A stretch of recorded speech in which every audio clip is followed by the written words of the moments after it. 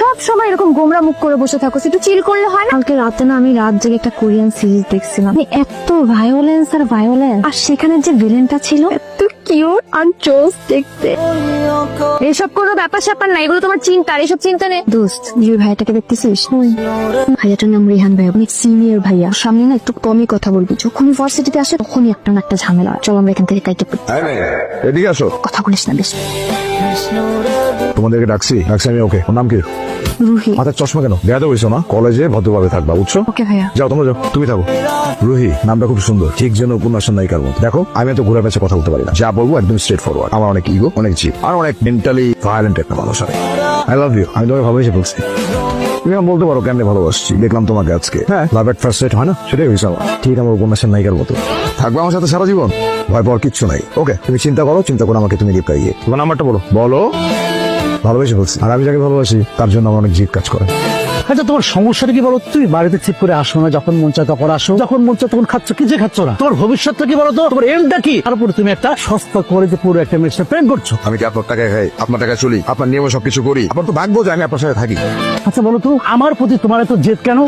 বাবা আমাকে একটু তোমার হাতে খাওয়াই দিবা? নিজের খাবার নিজে খেতে শিখ, তোকে খাওয়াই দেওয়ার মতো সময় আমার কাছে নাই, বুঝলি? বাবা না, আমি বললাম একবার, কোনো কথা শুনবো না। বাবা দেখছিস তো কথা বলছি? যাই এখান থেকে।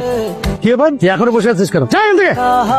এটা কোশ্চেন করবো, সত্যি আনসার দিবা। তোমার ছেলে ফোন করে তোমাকে কল দেয়? রাত বিরাতে কল দেয়? রাত আমি তোমার সাথেই কথা বলি, আর আমাকে কেন ফোন দিবে বলো? আজকের পর থেকে তোমার কোনো ছেলে ফোন থাকবে না।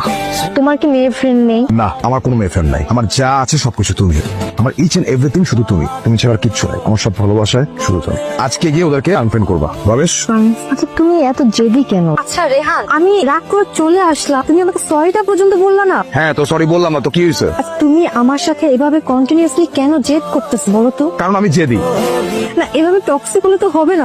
তুমি আমাদের রিলেশনটাকে কি করতেছো? কি করতেছি? দেখো তুমি কিন্তু আমার মেজাজ খারাপ করতেছো। মেজাজ আমি খারাপ করতেছি? হ্যাঁ, তুমি করতেছো। মানে আমি বুঝলাম না, তুমি কেন আমার সাথে এভাবে টক্সিক আচরণ করতেছো রেহান? কি হয়েছে তোমার? বলো আর কেন? কিছু হয় নাই, ক্লাসে যাও। কিছু হয় নাই মানে? তুমি বললেই হলো কিছু হয় নাই? আমি তো দেখে বুঝতেছি সামথিং ইজ রং। বললাম না কিছু হয় নাই। তুমি ক্লাসে যাও, ক্লাস করো, ক্লাস করা শেষ হওয়ার পর আমি তোমাকে নিয়ে করতে যাবো। রেহান বলো না কি হয়েছে প্লিজ। রুহি জিদ করতেছো কেন? মালা লয়েছে। রুহি তো কি হয়? রুই আমার কাজে নয়। আজকের পর থেকে এই দুনিয়াতে তো রুহি নামে কোনো বোন নাই।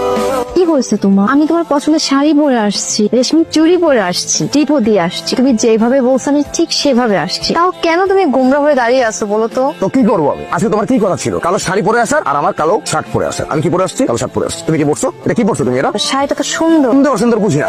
তোমাকে আমি একটা কালো শাড়ি দিয়েছি, তুমি এটা পরে আসবে। তোমাকে আমি বলছিলাম এটা তোমার ইম্পর্টেন্স, গুরুত্ব দাও না। তুমি দিছো? দাও নাই। শাড়িটা কোথায়? আমরা বলো, আনসার মি। শাড়ি কই? শাড়িটা মারিয়া নিয়ে গেছে। তো দিয়ে দাও, সব দিয়ে দাও। তোমার যা